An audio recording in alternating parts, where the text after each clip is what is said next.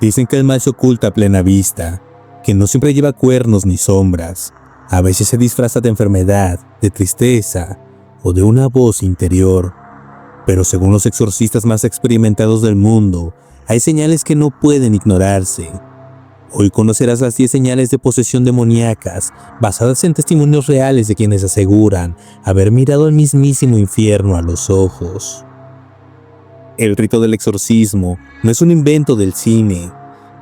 En los archivos del Vaticano y en iglesias de todo el mundo existen registros oficiales de miles de casos investigados por sacerdotes y expertos en lo paranormal. Ellos aseguran que hay una línea muy delgada entre una enfermedad mental y una posesión real. Número 1. La aversión a lo sagrado. Los exorcistas coinciden. Todo comienza con un rechazo, una fuerza invisible que huye de lo sagrado.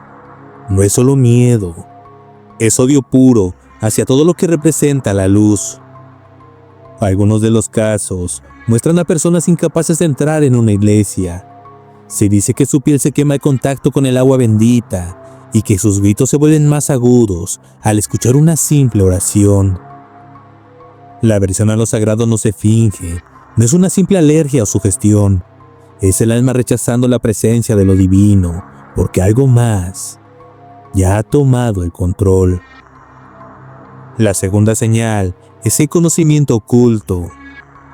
Esto se da cuando el poseído sabe lo que no debería saber.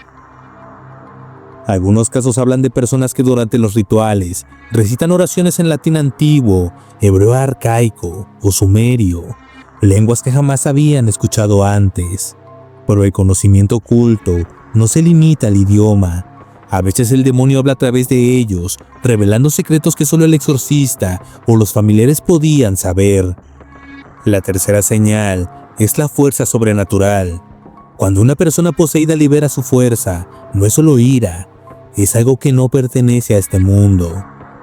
En múltiples informes, hombres y mujeres de complexión frágil han demostrado una energía imposible. Romper esposas de metal, resistir el peso de 4 adultos o incluso lanzar objetos pesados como si fueran de papel.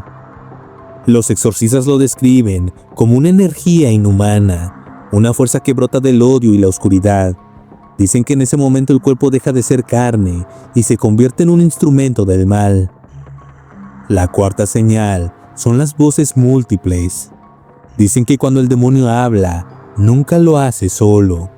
Los exorcistas lo llaman polifonía infernal, una sola boca, pero muchas voces, graves, agudas, masculinas, femeninas, a veces en otros idiomas, o idiomas desconocidos, otras en el mismo tono que el de los familiares presentes, como si se imitara a todas las personas que ama a la víctima.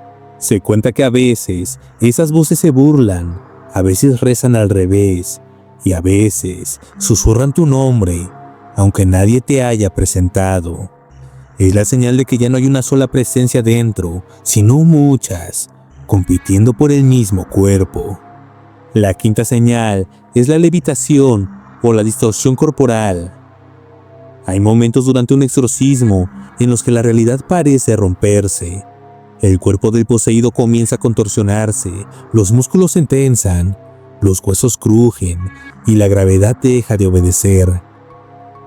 Se relatan escenas en las que los afectados se elevan varios centímetros del suelo, con los ojos en blanco, el rostro inmóvil y una sonrisa que no pertenece a las víctimas. Otros reportan cuerpos que se doblan hacia atrás hasta tocar el suelo con la cabeza, sin romperse, sin dolor. Una danza grotesca imposible, como si algo estuviera usando el cuerpo como marioneta. La levitación no es un milagro. Esta es la señal de que ya no quedan límites entre lo inhumano y lo infernal. La sexta señal, que va ligada con la segunda, es hablar idiomas desconocidos.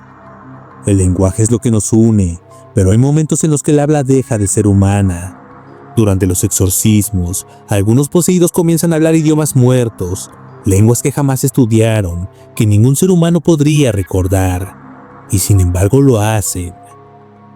Exorcistas aseguran que el demonio no imita, recuerda los lenguajes del pasado, los rezos prohibidos, las palabras que nunca debieron volver a pronunciarse.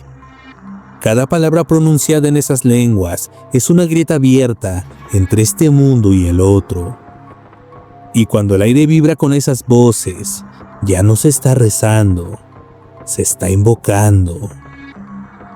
La siguiente señal se enfoca en los cambios drásticos de personalidad. No todos los signos del mal se ven en el cuerpo, algunos habitan en la mente. Todo comienza con pequeños cambios, horas de sueños perdidas, miradas que se vuelven vacías, palabras dichas con una voz que suena familiar, pero que ya no pertenece a la misma persona. Los exorcistas la llaman la sustitución, el momento en que la víctima deja de ser ella misma. Empieza con simples negaciones y termina con otra conciencia tomando el control. Además, se cuenta que las risas se mezclan con llanto, la dulzura con odio, la calma con una furia que parece provenir de algo más profundo, como si dentro del cuerpo convivieran dos almas que se odian. Y cuando el cambio es completo, ya no hay nadie a quien rescatar. Solo queda un rostro vacío y una voz que insiste en llamarse por otro nombre. La octava señal es la autodestrucción y la blasfemia.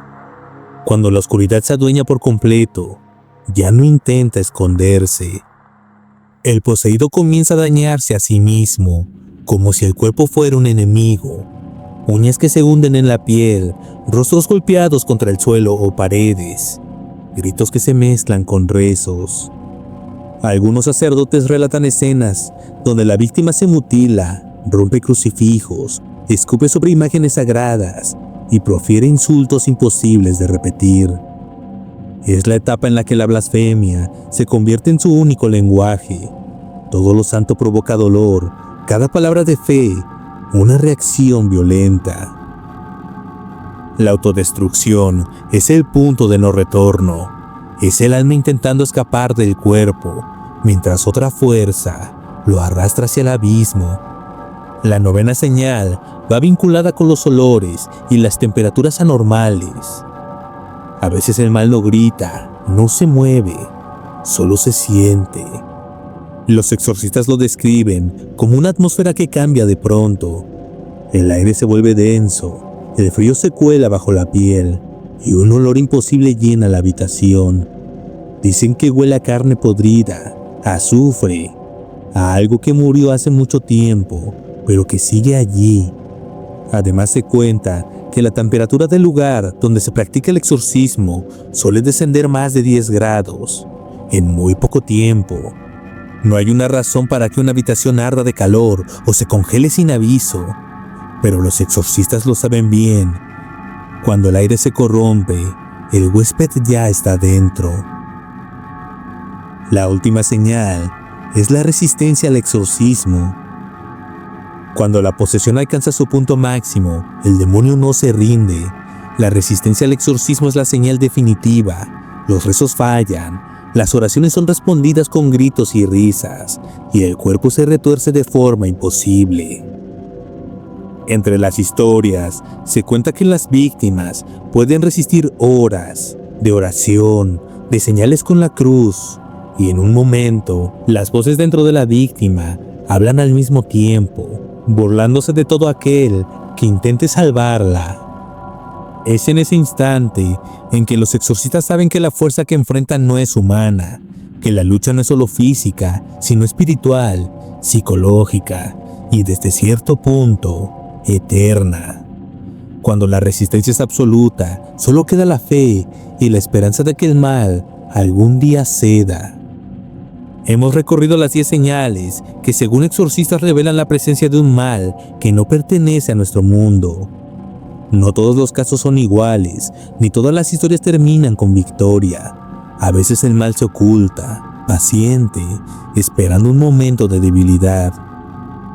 Si alguna vez sientes que algo dentro de ti o tu alrededor rechaza la luz, habla idiomas que no conoces o cambia de forma inexplicable, recuerda. No siempre hay explicación y no siempre estás solo. porque el mal a veces solo espera ser recordado.